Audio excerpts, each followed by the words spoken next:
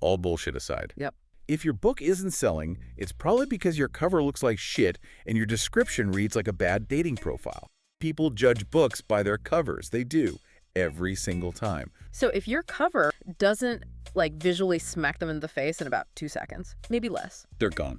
Swipe. Gone. Gone. And forget about DIY. They are scathing about that. Your cousin's Photoshop experiment is not good enough. End of story. And, you know, there's a solid reason why professional design isn't just nice to have. It's critical. Right. Explain that a bit more. Well, a pro understands things like typography, how fonts feel. They understand genre, color psychology, what colors scream thriller versus romance versus sci-fi. Okay. The visual language. Exactly. And maybe most importantly, thumbnail readability. Think about scrolling through Book Strut or Amazon or the App Store, that tiny little square, that's your billboard. The first contact. It's the only contact before they decide whether to even look further. In both, structured search and surface search on platforms like Book Strut, that visual hits them before they read a single damn word. So it's a gateway. Totally. And the logic is simple, really. Better cover equals more eyeballs. More eyeballs, more clicks to your description, more clicks. Well, more chances to actually sell something. Period. It's not optional if you're serious. Okay, so cover is hurdle number 1. Nailed that. Or, well, you need to nail it. But then comes the second big screw-up.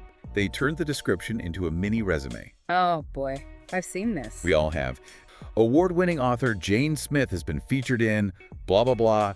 Nobody gives a damn. Probably true for most readers just browsing. I need to know what happens next. That's the goal. I'll admit, I've probably done that mini resume thing myself on project pitches. You focus on you, not the hook. It's an easy trap to fall into. So on Book Strut, authors provide these idea tags, 3 main ideas from the book. They're short phrases, like 7 to 12 words each. Think of them as super specific keywords. These are mainly for what Book Strut calls structured search. So if someone searches cyberpunk detective solves impossible crime, the system tries to match those exact tags you set up. Got it. Specific matching. But, and this is the clever part, if your tags don't match the reader's query exactly, the system doesn't just throw its hands up. It keeps trying. Yeah, it automatically falls back to your description to find the semantic match. Meaning, it reads your description, looking for related concepts. It can save you even if the tags weren't a perfect hit. So the description is also doing search work. Absolutely. And in what they call surface search, the description is everything. There are no tags involved there. It's just pure semantic matching based on what you wrote.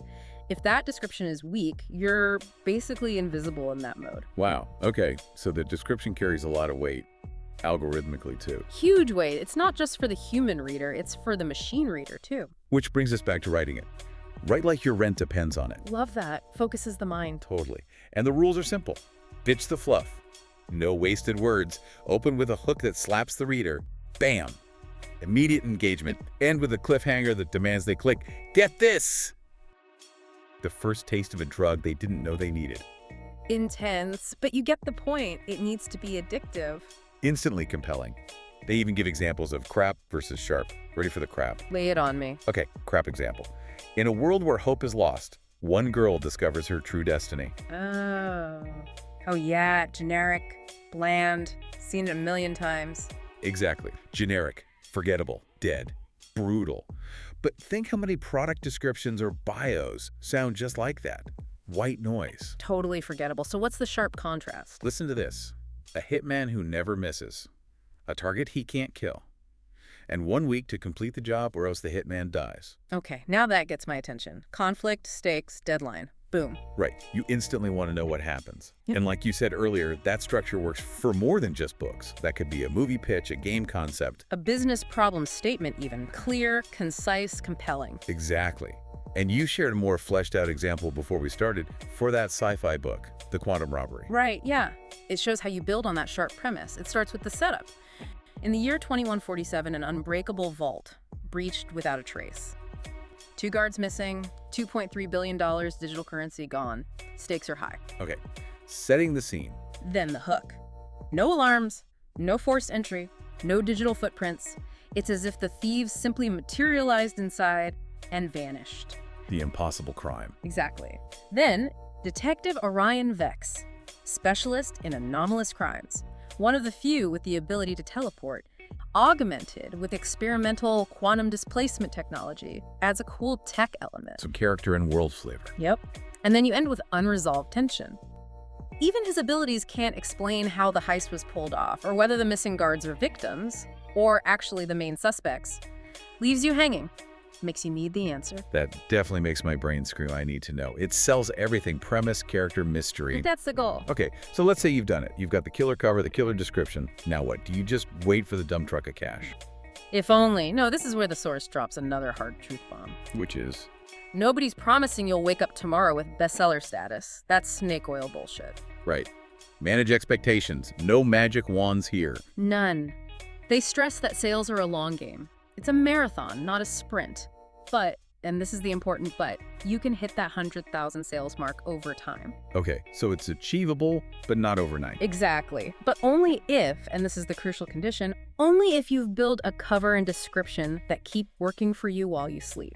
Ah, the passive income dream, but applied to discoverability. And platforms like Book Strut are built for that marathon, unlike, say, a social media blitz that just dies in 48 hours. Right, the hype fades fast there. But with Book Strut's search, it keeps matching your book to readers years down the line. Every time someone searches for related tags or concepts found in your description, bam, your book has a chance to show up. Again and again. So the initial work keeps paying off. Precisely. The momentum doesn't just fizzle, it snowballs.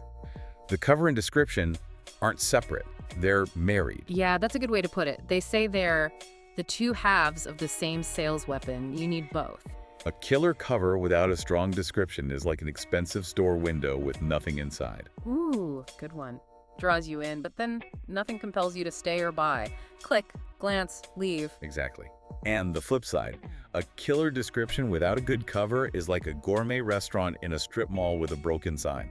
Amazing stuff inside, maybe, but the outside looks so bad no one ever dares to go in. They just drive right by. So you absolutely need both, firing together, Right. the visual hook, and the compelling pitch. It's not either. Not if you want serious results, no. They have to work in perfect sync. If you half-ass this, well, You might sell to your mom and 3 coworkers. pretty much your immediate circle. That's it. But But if you nail it, if you do the work on the cover, the description, the platform mechanics, then you will hit that 100,000 sales number. Eventually. Maybe not next month, maybe not next year even.